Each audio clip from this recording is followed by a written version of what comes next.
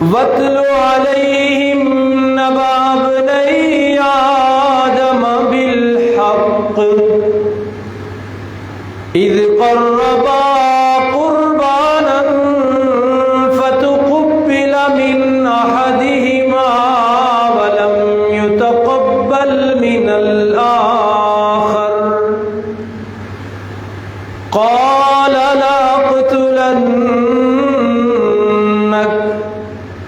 قَالَ إِنَّمَا يَتَقَبَّلُ اللَّهُ مِنَ الْمُتَّقِينَ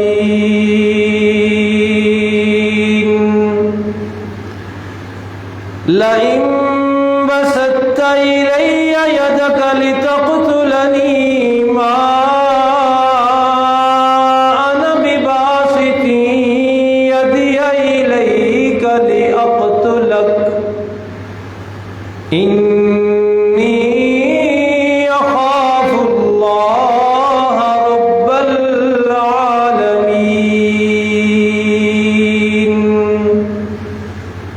صدق اللہ العظیم وبلغنا رسوله النبی الأمی الأمین العظیم الکریم ونحن على ذلك لمن الشاهدين والشاكرين والحمد لله رب العالمين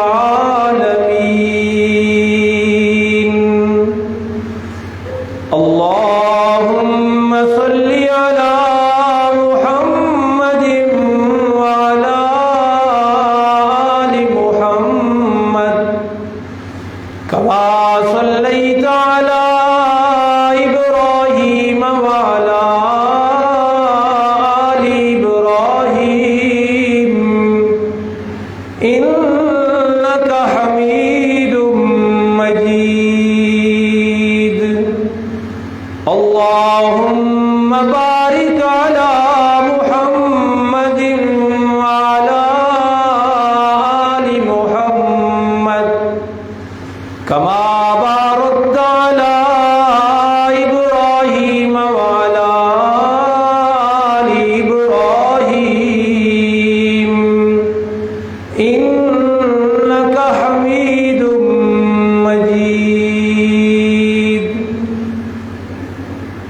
واجب الاحترام حاضرین و ناظرین کرام، گزشتہ جمعۃ المبارک کو قرآن حکیم کی روشنی میں ہم نے دو آدمیوں کا واقعہ اور قصہ پڑھا تھا۔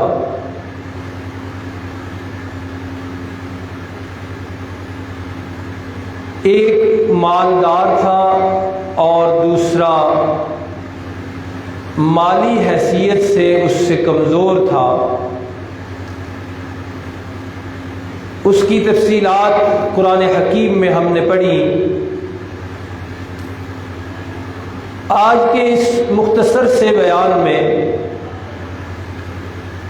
قرآن حکیم کے ہی بیان کردہ ایک اور اہم واقعہ پر غور و فکر کریں گے، اور یہ واقعہ ہے دو سگے بھائیوں کا۔ یہ دونوں سگے بھائی انسان اول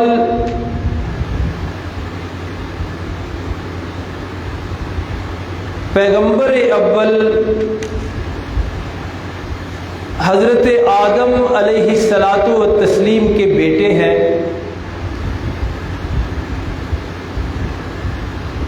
واقعہ بڑا اہم ہے، اسی لیے اللہ نے اسے قرآن مجید کا حصہ بنایا ہے، اور پیغمبر کائنات، فخر موجودات، سید دو عالم محمد مصطفیٰ احمد مجتبیٰ صلی اللہ علیہ وسلم کو حکم ہے کہ آپ یہ واقعہ لوگوں کو سنائیے۔ چنانچہ قرآن حکیم کی آیات دیکھیے، فرمایا وَاتْلُ عَلَيْهِمْ نَبَأَ ابْنَيْ آدَمَ بِالْحَقِّ، اور اے محبوب مکرم نبی محتشم رحمت مجسم صلی اللہ علیہ وسلم، آپ لوگوں کے سامنے حضرت آدم علیہ الصلاۃ والتسلیم کے دو بیٹوں کا واقعہ حق اور انصاف کے ساتھ پڑھیے، تلاوت کیجیے۔ ایک کا نام قابیل ہے اور دوسرے بھائی کا نام حابیل۔ قرآن حکیم نے نام ذکر نہیں کیے، لیکن ان کا واقعہ تفصیل سے بیان فرمایا، اور واقعہ کی ابتدا یوں کی، فرمایا اذ قربا قربانا، دونوں بھائیوں نے ایک قربانی کی، قابیل نے بھی قربانی کی، حابیل نے بھی اللہ کی رضا کے لیے قربانی کی۔ فتقبل من احدہما، قربانی دونوں بھائیوں نے کی، لیکن ان میں سے ایک قربانی اللہ نے قبول فرمائی۔ وَلَمْ يُتَقَبَّلْ مِنَ الْآخَرِ، دوسرے بھائی کی قربانی اللہ کی بارگاہ میں شرف قبولیت نہ پا سکی۔ جس بھائی کی قربانی قبول ہوئی اس کا نام حابیل ہے، اور جس کی قربانی اللہ کی بارگاہ میں قبول نہ ہوئی اس کا نام قابیل ہے۔ جس کی قربانی قبول نہیں ہوئی وہ غصے میں آ گیا، جلا گیا، اس کا دل غصے سے بھر گیا، اور اس غصے کا اظہار اس نے یوں کیا، قال لأقتلنک، قابیل نے کہا حابیل میں تجھے قتل کر دوں گا۔ قال انما يتقبل اللہ من المتقین، حابیل کہنے لگا کہ میرا تو اس میں کوئی گناہ نہیں، تیری قربانی اللہ نے قبول نہیں کوئی کی تو جرم میرا نہیں، میرا قصور کوئی نہیں۔ اصل میں اللہ نے ایک قاعدہ اور قانون مقرر فرما رکھا ہے کہ اپنی بارگاہ میں قبول فرماتے ہیں قربانیاں اللہ ان لوگوں کی جو تقویٰ کی صفت سے مالا مال ہوتے ہیں، جو قربانی دیتے ہوئے بنیاد رکھتے ہیں قربانی کی اللہ کے ڈر پر، اللہ سے ڈرتے ہوئے جو قربانیاں کرتے ہیں ان کی دعائیں، ان کی قربانیاں اللہ قبول فرماتے ہیں۔ حابیل کے سمجھانے کے باوجود قابیل کا غصہ فرو نہیں ہوا، ٹھنڈا نہیں ہوا۔ حابیل نے اتنی بات بھی کی، لئن بسطت الی یدک لتقتلنی، قابیل میرے بھائی غصے کی وجہ سے اگر تو نے میرے قتل کے لیے ہاتھ بڑھا بھی دیا، میرے قتل کا ارادہ تو نے کر دیا، سن لے میری پالیسی اور میرا ارادہ یہ ہے، ما انا بباسط یدی الیک لیقتلک، میں تیرے قتل کے لیے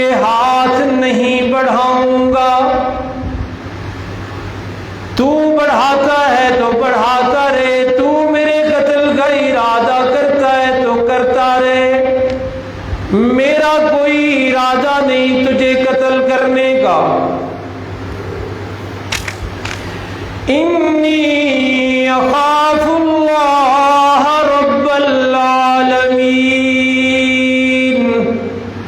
اور میرا یہ ارادہ اس لیے ہے کہ میں رب دو جہاں اللہ کی ذات سے ڈرتا ہوں۔ اور یہ سورہ مائدہ میں جہاں یہ واقعہ بیان ہوا ہے، وہاں مفسرین نے اور اہل علم نے ایک بڑا اہم نقطہ بیان کیا ہے، اور وہ یہ ہے کہ یہ واقعہ اللہ اس لیے بیان فرما رہے ہیں کہ مسلمان یہ ذہن میں رکھیں کہ اپنے دفاع کی تیاری کیا کریں، اپنے بچاؤ کی تدبیر کیا کریں۔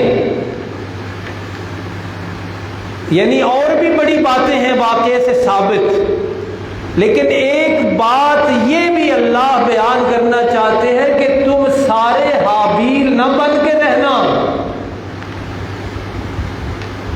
کہ اپنے دفاع کی کوئی تدبیر ہی کوئی نہیں، اپنے دفاع کے لیے کوئی سوچا ہی نہیں۔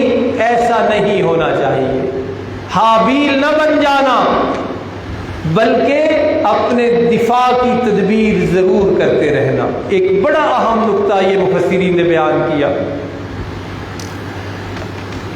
حابیل نے سمجھایا کہ انی اريد ان تبوء باسمی و اسمک، میرا ارادہ یہ ہے کہ تو ہی اپنا گناہ بھی اپنے ذمے لے اور میرے قتل کا گناہ بھی تیرے ہی پیٹے پڑے۔ فتکون من اصحاب النار، اور یوں تو اہل جہنم میں سے ہو جائے۔ وذالک جزاء الظالمین، اور تیرے جیسے ظالموں کی سزا یہی ہے۔ دونوں کی گفتگو ہوئی، قابیل قتل کرنے پہ آمادہ ہے، حابیل ہاتھ نہیں اٹھا رہا۔ قرآن حکیم قصہ آگے بڑھاتا ہے، فرمایا فَطَوَّعَتْ لَهُ نَفْسُهُ قَتْلَ أَخِيهِ، اس کے دل نے اسے اس بات پہ راضی کر دیا، اس کے نفس نے اسے اس بات پہ آمادہ کر دیا کہ وہ اپنے بھائی کو ناحق قتل کر دے۔ فَقَتَلَهُ، اپنے اس ناپاک ارادے پر اس نے عمل کر دیا۔ کرۂ ارضی پر پہلا ناحق قتل ہو گیا۔ فَأَصْبَحَ مِنَ الْخَاسِرِينَ، اور یوں قتل ناحق کر کے وہ نقصان اٹھانے والوں میں سے ہو گیا۔ قتل ہوا کیوں؟ قتل کا سبب کیا تھا؟ قتل کی وجہ کیا تھی؟ 3 وجوہات مفسرین ذکر کرتے ہیں۔ ایک تو واضح ہے اور در حقیقت وہی ہونی چاہیے جو قرآن بیان کر رہا ہے کہ قربانی ایک کی قبول ہوئی ہے، ایک کی قبول نہیں ہوئی۔ جس کی قبول ہوئی ہے وہ خوش ہے، اور جس کی قبول نہیں ہوئی وہ حسد اور غصے میں آ گیا ہے۔ قرآن کا اسلوب تو یہی وجہ بیان کرتا ہے، لیکن 2 وجوہات اور 2 اسباب اور بھی مفسرین نے ذکر کیے ہیں جن کے پائے تحقیق کو اتنا مضبوط نہیں ہے، لیکن ذکر ہوئے ہیں کتابوں میں اور بطور علم وہ ذہن میں رہنے چاہیے۔ ایک یہ ہے کہ اس وقت رب العالمین ساتھ ساتھ نبوت بھی عطا کیا کرتے تھے، تو قابیل کو نبی نہیں بنایا گیا اور حابیل کو نبوت عطا کی گئی۔ تو قابیل نبوت کے نہ ملنے کی وجہ سے غصے میں آیا اور اس نے یہ انتہائی قدم اٹھا لیا۔ ایک وجہ یہ بھی بیان کی جاتی ہے، اور دوسری وجہ مشہور ہے، آپ نے سنی ہوگی کہ حضرت آدم علیہ الصلوۃ والتسلیم کے ساتھ ہی چونکہ سلسلہ انسانی چلا ہے، تو اس لیے ہوتا اس وقت یہ تھا کہ حضرت اماں حوا علیہ السلام کے بطن مبارک سے جڑواں بچے پیدا ہوا کرتے تھے، ایک بیٹی ایک بیٹا۔ اور نسل انسانی آگے بڑھانے کے لیے رب العالمین نے اس وقت قانون یہ مقرر کیا کہ ایک ہی بار جو دو جڑواں بہن بھائی پیدا ہوتے تھے وہ ان کی آپس میں شادی نہیں ہو سکتی تھی۔ شادی کا پھر طریقہ یہ ہوتا تھا کہ اگلی بار جو جڑواں بہن بھائی پیدا ہوئے ہیں ان میں سے بھائی کی شادی پہلی بار جو پیدا ہوئی ہے بہن اس کے ساتھ کی جاتی تھی، اور پہلی بار جو بھائی پیدا ہوا ہے اس کا نکاح دوسری مرتبہ جو جڑواں بہن پیدا ہوئی ہے اس کے ساتھ کیا جاتا تھا۔ تو ان دونوں کی جب باری آئی تو حابیل کی جو ہمشیرہ تھی وہ اتنی صورت کے لحاظ سے زیادہ بہتر نہیں تھی، اور قابیل کے ساتھ جو جڑواں بہن پیدا ہوئی وہ خوبصورت تھی۔ تو قابیل نے اس بات کو محسوس کیا کہ مجھے حابیل کی اس بہن سے شادی کرنی پڑے گی جو زیادہ خوبصورت نہیں، اس لیے وہ اس بات پر اڑ گیا کہ میں نے اپنے ساتھ پیدا ہونے والی جو بہن ہے اس سے شادی کرنی ہے۔ یہاں تک واقعہ لا کے نہ مفسرین آگے پھر جوڑتے ہیں اس آیت کے ساتھ۔ وہ کیسے کہ جب وہ اس بات پر اڑ گیا اور یہ فیصلہ جو پہلے سے طے شدہ تھا کہ پہلی بار والی کی شادی دوسری بار والے بھائی کے ساتھ ہونی ہے، یہ فیصلہ وہ مان نہیں رہا تھا، تو اللہ نے فرمایا کہ دونوں قربانی کرو۔ یہاں آ کے جوڑ لگاتے ہیں مفسرین کہ قربانی کرو۔ اگر قربانی قابیل کی قبول ہوئی تو اس کی بات مان لی جائے گی، اگر حابیل کی قربانی قبول ہوئی تو جو عام فیصلہ چل رہا ہے کہ جڑواں آپس میں شادی نہیں کریں گے، دوسرے جوڑے کے ساتھ کریں گے، وہ فیصلہ لاگو کیا جائے گا۔ اس طرح مفسرین دونوں وجوہات کو ایک بناتے ہیں، لیکن اہل علم اور محقق علماء یہی کہتے ہیں کہ ایسی کوئی بات نہیں تھی، بلکہ قربانی کے سلسلے میں ہی رقابت اور حسد کی آگ اس میں بھڑکی اور اس نے یہ انتہائی قدم اٹھایا، اور یہ روئے زمین پر اس کرۂ ارضی پر یہ پہلا ناحق قتل تھا۔ اور یہ قتل انسانی، ناحق قتل کتنا بڑا جرم ہے۔ واقعہ روک کر تھوڑا سا یہ بھی سن لیجئے قرآن حکیم کی زبانی، ساتھ ہی اسی میں فرمایا وَكَتَبْنَا عَلَى بَنِي إِسْرَائِيلَ، بنی اسرائیل کے لیے ہم نے یہ لکھ دیا تھا، اور قتل ناحق کی مذمت اور برائی آج بھی اتنی ہی ہے۔ فرمایا من قتل نفسا بغیر نفس او فساد فی الارض، ناحق قتل کرنا اللہ کی نظر میں کتنا بڑا جرم ہے، بے گناہ کا خون بہانا کتنا بڑا جرم ہے اللہ کی نظر میں، بے قصور کو جان سے مار دینا اللہ کی بارگاہ میں کتنا بڑا گناہ ہے۔ فرمایا من قتل نفسا، جس نے ناحق قتل کیا ایک بھی، جس نے ایک بے قصور کی جان لی، جس نے ایک بے گناہ کا خون بہایا، اللہ کی نظر میں یہ گناہ، یہ جرم اتنا بڑا ہے۔ فرمایا فَكَأَنَّمَا قَتَلَ النَّاسَ جَمِيعًا، اللہ کی نظر میں یہ ایک انسان کا قاتل نہیں، یہ ساری انسانیت کا قاتل ہے۔ اس نے ایک بندہ نہیں مارا، ایک قتل نہیں کیا، بلکہ اللہ فرماتے ہیں قتل الناس جميعا، ناحق کا قاتل، ساری انسانیت کا قاتل، بے گناہ کا قاتل، ساری انسانیت کا قاتل۔ یہ تو اس کا یہ جو جرم ہے اس کی برائی ذکر کی، اور اس جرم کی سزا کتنی ہے۔ فرمایا ان النفس بالنفس، قتل ناحق کا پہلی سزا اور اس کی پہلی جو سزا ہم نے دینی ہے وہ یہ کہ ان النفس بالنفس، جس نے قتل ناحق کیا ہے اسے قتل کر دیا جائے، یہ دنیاوی سزا ہے۔ بے گناہ کے قاتل کو دنیا میں رہنے کی اجازت نہیں ہے، پھر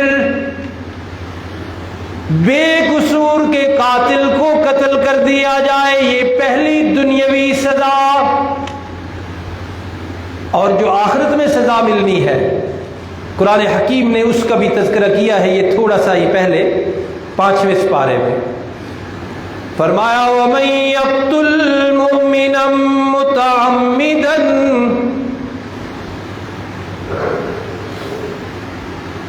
جرم معمولی نہیں نا، معمولی جرم تو نہیں کسی کی جان لے لے، اس سے جینے کا حق چھین لینا، اس کا خون بہا دینا، پھر ناحق بے گناہ اور بے قصور، اور زمانہ جاہلیت دوبارہ پتہ نہیں آ گیا ہے کہ چند روپوں کے عوض جانیں لی جا رہی ہیں،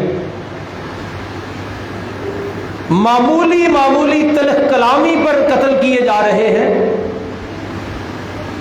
زمین کے چھوٹے سے ٹکڑے پر قتل ہو رہے ہیں، معمولی شک کی بنیاد پہ انسانی جان لی جا رہی ہے۔ اور ناراض نہ ہوں، جس مفہوم میں کہنا چاہتا ہوں اس کو سمجھے کہ خود ساختہ غیرت کے ذریعے کی وجہ سے جان لی جا رہی ہے۔ اور یہ میں نے کیوں کہا، اس کی بھی بات سمجھے۔ خود ساختہ غیرت یہ ہے کہ مرد بے غیرتی کرتا ہے، سمجھ رہے ہیں نا، اس کو بھائی نہیں کبھی مارتے، اس کا باپ نہیں اس کو مارتا کہ کیوں جھانکا ہے دوسرے کے گھر۔ اور جب بھی غیرت کے نام پہ قتل ہوتی ہے، عورت قتل ہوتی ہے، یہ خود ساختہ غیرت ہے۔ مرد نے دوسروں کے گھر جھانکنا اپنا حق سمجھ رکھا ہے، اور عورت کو مارنا غیرت کا معیار سمجھ رکھا ہے۔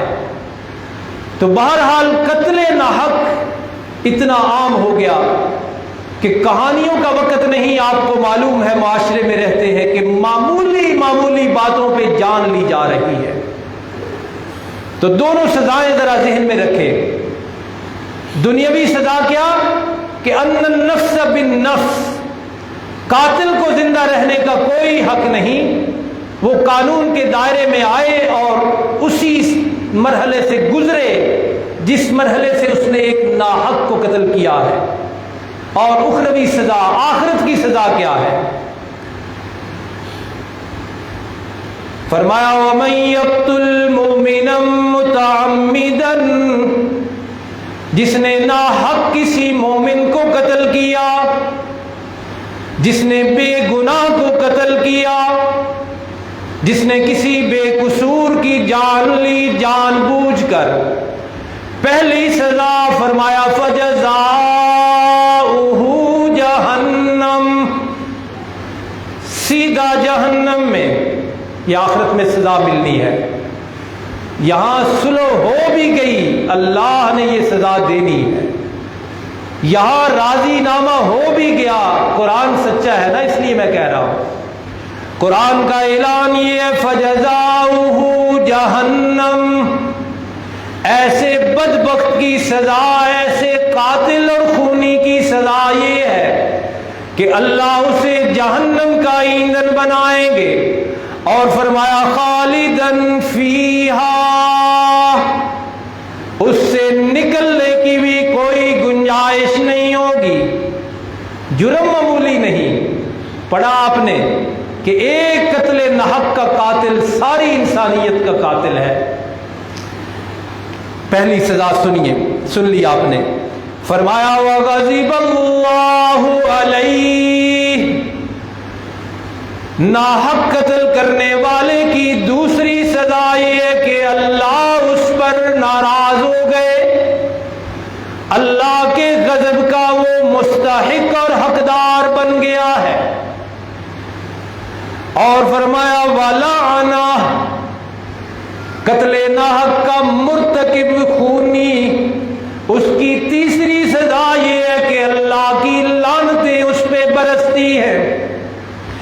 اور آخری سزا فرمایا وَأَعَدَّ لَهُ عَذَابًا عَظِیمًا، اللہ نے قتل ناحق کے مرتکب کے لیے بہت بڑا عذاب تیار کر رکھا ہے۔ دنیاوی سزا یہ کہ اسے قتل کر دیا جائے، آخرت کی سزا جہنم میں ہمیشہ رہے گا، اللہ کے غضب کا شکار بنے گا اور اللہ کی لعنتوں کا مستحق ہوگا۔ یہ بہت بڑا جرم ہے۔ تو قابیل سے یہ جرم ہو گیا، اب اس کے بعد کیا ہوا؟ یہ پہلا انسانی قتل تھا روئے ارض پر، پریشان ہو گیا۔ مفسرین لکھتے ہیں بھائی کی لاش کندھے پہ اٹھائے ہوئے ہے، ٹھکانے لگانے کا کوئی پتہ نہیں کہ کہاں رکھنی ہے، کدھر لے جانی ہے۔ تو رب العالمین نے ایک انتظام کیا، فرمایا فبعث اللہ غرابا، رب العالمین نے ایک کوا بھیجا، یبحث فی الارض، کوا اس کے سامنے آ کے زمین کھودنے لگا، لیریہ کیف یواری سوءۃ اخیہ، کوے کے ذریعے اللہ نے اسے سمجھایا کہ تو نے اپنی بھائی کی لاش ٹھکانے کیسے لگانی ہے۔ چنانچہ کوے کو زمین کھودتے دیکھا تو زمین کھودی، قبر تیار کی، گڑھا سا بنایا اور حابیل کی لاش اس میں رکھی، اور پھر افسوس سے کہا قال یا ویلتا اعجزت ان اکون مثل هذا الغراب، ہائے افسوس میں اس کوے جیسا بھی نہ بن سکا، مجھ میں اتنی عقل بھی نہیں۔ فواری سوءۃ اخی، کہ اپنے بھائی کی لاش ہی ٹھکانے لگا سکتا، اپنے بھائی کی لاش چھپا سکتا۔ فاصبح من النادمین،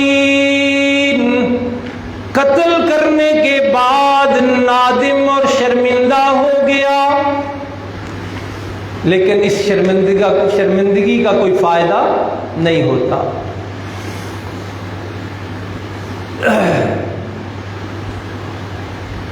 اکثر دوستوں کو پتہ ہے، اس لیے میں ذکر کر دیتا ہوں کہ ہم چونکہ قاتلوں میں رہ کے آئے ہیں، قاتل کی نفسیات آپ کو بتاؤں۔ قتل کرنے کے لمحے سے لے کے مرنے تک اس کو وہ ذہنی سکون نہیں ملتا جو پہلے ملتا ہے۔ یہ ایک عذاب اللہ کی طرف سے مسلط ہوتا ہے اس کو، راضی نامہ بھی ہو جائے، صلح بھی ہو جائے، بالکل وہاں اپنی جگہ پہ جا کے بحال ہو جائے، وہاں زندگی گزارے، لیکن اس کو وہ ذہنی سکون جو اس سے قتل سے پہلے اللہ نے اس کو دے رکھا تھا وہ دوبارہ نصیب نہیں ہوتا۔ اور اگر سزا مل جائے اور دنیاوی بھی مل جائے اور آخرت والی بھی مل جائے تو پھر اس کی بدبختی کا کیا ٹھکانا۔ تو بہرحال یہ دو بیٹوں کا واقعہ اللہ نے اسی لیے ہمیں بتایا کہ اس سلسلے میں ہم اپنے رویوں پہ غور کریں، اور قتل کی جس طرح اللہ نے بتائی مذمت کی کہ ایک قتل ناحق پوری انسانیت کا قتل ہے، تو اس کی دوسری سائیڈ بھی بتائی، وہ پڑھ کے بات مکمل کرتے ہیں۔ فرمایا وَمَنْ أَحْيَاهَا، جس نے ایک بے قصور کو بچا لیا، جس نے ایک بے گناہ کی جان بچا لی، اور بچانی چاہیے۔ جہاں کہیں اندیشہ ہو قتل و غارت کا، وہاں معاشرتی لیول پہ ہم سب کی ذمہ داری بنتی ہے کہ وہاں امن و سکون کی کوششیں کی جائیں۔